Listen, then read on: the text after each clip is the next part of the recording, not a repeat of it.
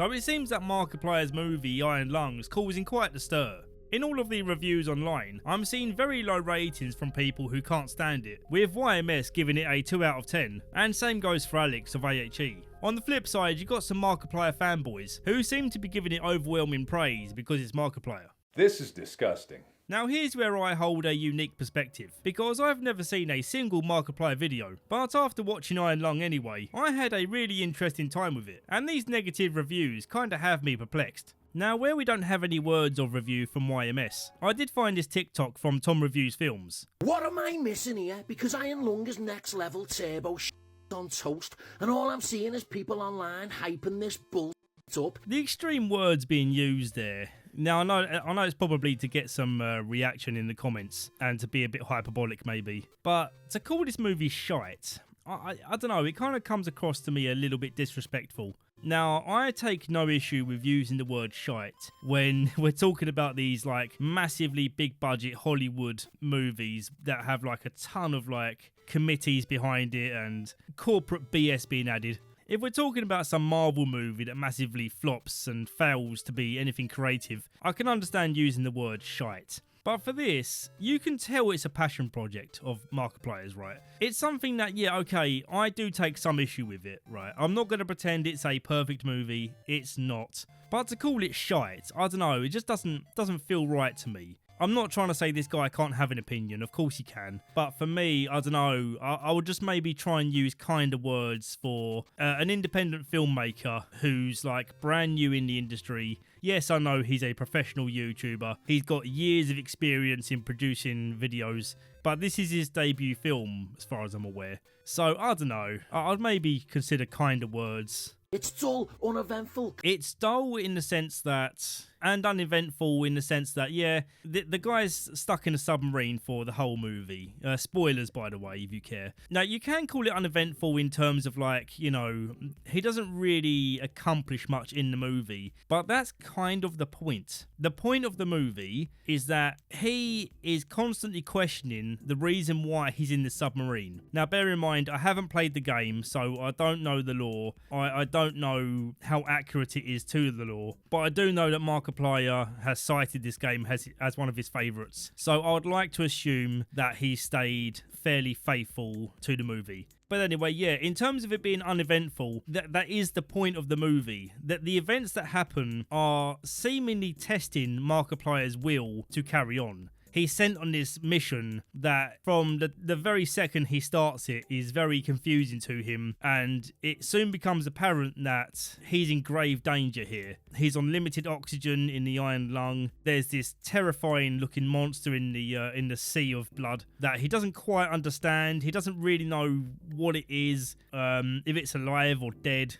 And the whole time he feels alone. He's like dealing with this situation and he doesn't quite know who to trust. He's speaking with this lady who's on the surface, who's behind the operation, and constantly reassuring him that, you know, what he's doing is for the good of mankind. But as time goes on and the situation becomes more treacherous, and Markiplier, whatever his character was called, when he believes that he's on the brink of death or, you know, won't make it out alive, he starts also questioning, is this a punishment from God? Is he being punished by the organisation? Are they really his friends? So to call it uneventful, I don't know if I agree with that. Yeah, it's uneventful in terms of he doesn't leave the sub. There's really no other scenes outside of being in the sub. I think there's like one or two cutaways. But yeah, so okay, maybe I can agree, but I do think this is not being that charitable to what happens. Cliched, basic. Cliched and basic. I would like to understand what this Tom guy feels is cliche about it. This film is a complete head It is a complete mind melter. I may have to censor the F word. I can best sum it up with my letterboxd review here, right? Stages of watching Iron Lung. 1. I don't get what's going on. 2. Oh, now I understand. 3. I don't get what's going on. So when you start watching it, you're as confused as to why Markiplier is going down there as he is. The mission briefing is very vague. You can't quite understand if what he's doing here is for the benefit of mankind, or if it's just some kind of prison punishment, as he was being held prisoner for collapsing some sort of infrastructure somewhere, or destroying some sort of facility. I can't quite remember the exact details, but I do vividly remember the feeling of not understanding it at first, and then for a brief moment feeling like I do know what's going on, and then when I left the cinema, my head felt like it was going to explode. Well, goddamn, that was an experience. Jeez Louise. It's one of those films where I understood, or at least I thought I understood what was happening at the start of the film, and as ideas were introduced, I felt like I was understanding what was going on. But then the film just completely goes off the rails with its concepts, and by the end I had no idea what the was going on. But even though that sounds like a negative experience, I've got to tell you, one thing I do love about this film is that it was challenging to watch. It left you with so many questions about this world and made me curious to check out the game one day. And I think there's a lot to discuss and discover. That's not something I could say for the majority of movies that get shat out by Hollywood. And so tediously long that it felt like it was on for 7 hours. Now at this point I kind of disagree with, because I feel like the point is that you're supposed to endure the movie with him. You're supposed to endure the story as Mark is having to endure the situation himself. You're supposed to feel the runtime in order to feel his struggle with wanting to escape this impossible hellish situation, but he can't.